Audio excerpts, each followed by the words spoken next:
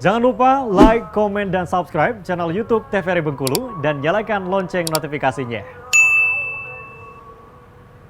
Terima kasih pemirsa, obrolan pagi ini kembali lagi dan kita akan lanjutkan ngobrol bersama dengan Coach Dindi. Dan untuk Anda nih para orang tua yang mungkin berpikiran, waduh anaknya ini mau dibawa kemana nih?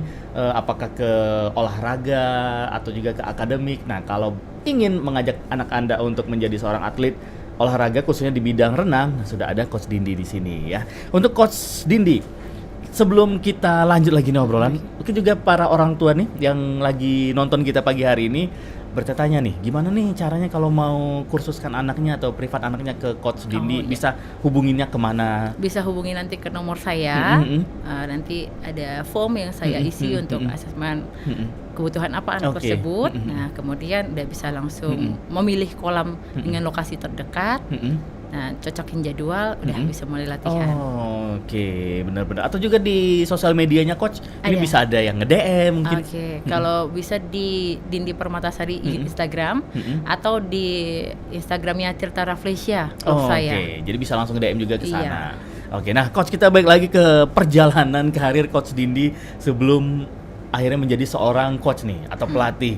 Berarti dari SD kemarin sempat gagal untuk ke Popnas, berarti ke PON saat ke PON ya. Saat SD kelas 6. Dan berhasil lolos ke PON itu setelah karena PON eventnya 4 tahun sekali. Ya, jadi saya dapat yaitu di SMA kelas 1. Jadi PON selanjutnya SD saya dapat kelas 6 berarti 4 tahun kemudian. Iya, saya tetap dapat. Berarti pada saat itu lolos nih. Lolos. Karena Satu putra satu putri dari Bengkulu. Putrinya adalah Coach Dindi. Wah, luar biasa sekali. Gimana nih Coach? Ini kan kalau di daerah untuk di provinsi, tingkat provinsi sudah sering event.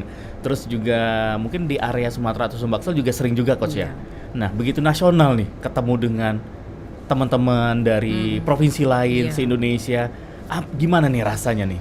Kalau saya jujur seneng banget ketemu teman. Dapat roommate lah kali istilahnya itu. Dari mana-mana, dari Papua, kadang dari Padang, dari Jawa, macam-macam dari Kalimantan itu happy sekali saya. Justru itu yang saya kejar, dapat teman baru. Ketemu teman baru. Iya, ketemu teman baru. Dan kalau saya sih kalau bisa sampai sekarang masih komunikasi. Jujur saya sama teman-teman atlet yang dulu, apalagi yang pernah satu kamar, pernah satu seri turun, terus masih teman, masih kontak. Jadi atlet ini kalau kejuaraan nasional berarti ajangnya reuni. Berarti dicampur kamar ini, roommate-nya. Campur, tuker-tuker. Jadi kadang satu kamar bisa 4 sampai atau 2 orang tergantung eventnya. Cuma biasanya dicampur. Dan sama-sama perenang, tapi dari mungkin Bengkulu campur sama Bengkulu, Jakarta, Kalimantan, Jakarta kayak gitu. Jadi enak dong. Enak, banyak teman baru. Di kolam kita kompetisi, selesai pulang ke kamar lagi jadi tempat curhat nih. Wah, gimana nih cara kamu tadi juara lo, gimana sih triknya gitu. Iya, kayak gitu, saling support. Keren-keren. Saya kira memang roomnya beda-beda nih. Enggak, biasanya kita setiap berangkat tergantung eventnya. Kalau misalnya eventnya besar, biasanya pesertanya juga lebih banyak, itu malah campur, bisa berapa provinsi campur gitu. Sambil makan sambil ketemu di kolam kompetisi, di luar kita tetap teman. Wah, keren nih, sportivitasnya tinggi sekali nih ya. Dan selesai untuk di PON, selesai itu apakah memang benar-benar sudah nih fokusnya ke akademik? Karena kan juga SMA ya kelas 1 terus akan ujian kelas 3, sempat terhenti untuk di... Kalau terhenti tidak, benar-benar tidak terhenti, tapi itu ada dilemanya di situ. Jadi yang jadi tantangan juga sekarang untuk para coach itu di usia topnya itu atletnya suka terpengaruh dengan faktor eksternalnya, fokusnya terpecah. Fokusnya terpecah.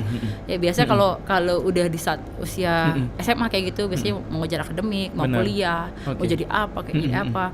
Nah, karena biasanya lingkungan sekolah kadang ada yang tidak support, jadi atlet itu terasa jadi lebih berat.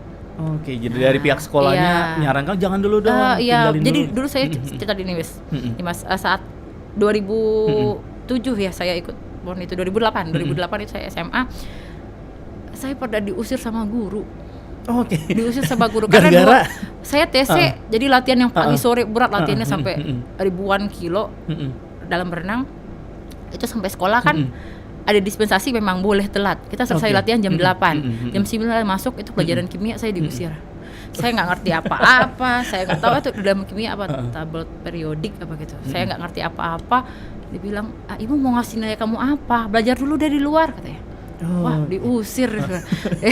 Sedih kan sebenarnya. Waduh, sedih. Memang benar-benar saya belum ngerti apa-apa Mas saat itu.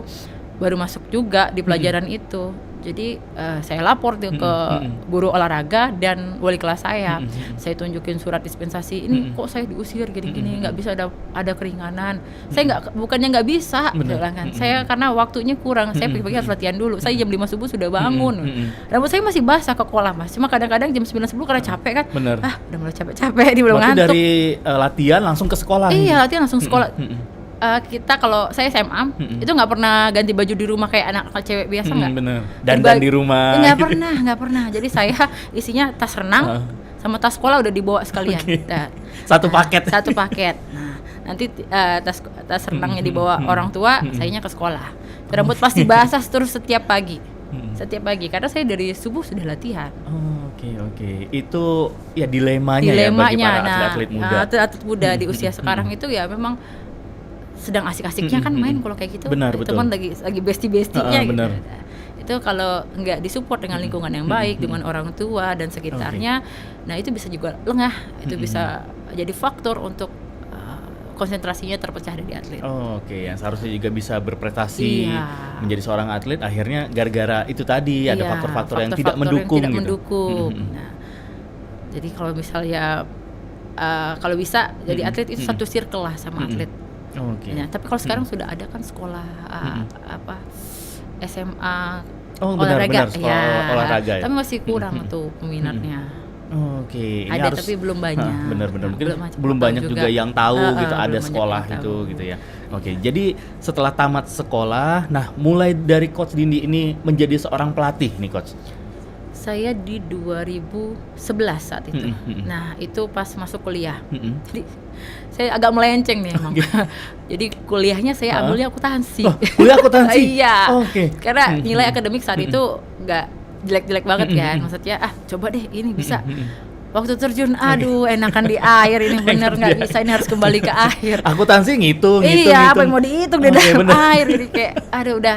Tapi tetap diselesain, tapi ngelatih tetap. Cuma saat kuliah, biasanya eventnya memang berkurang, tidak terlalu banyak kompetisi saat SMP, SMA gitu. Benar. Jadi saya pertama kali diajakin head coach saya, pelatih saya dulu sebelumnya. Ayo kamu ke kolam aja deh ngelatih. Ini ada lisensi, kamu tolong ambil dulu, selesaiin dulu lisensinya, ini ambil. Saya coba, itu di 2011 berapa kali itu. Ternyata emang seru, ini apaan nih kuliah aku. Jadi, memang jiwanya di sana. Memang jiwanya di sana. Jadi sebelum kuliah saya cari ngelatih dulu, pulang kuliah ngelatih lagi. Jadi ya lebih enjoy kayaknya emang ya sudah deh, emang kerja tuh sesuai passion tuh emang udah benar Mas, udah paling benar.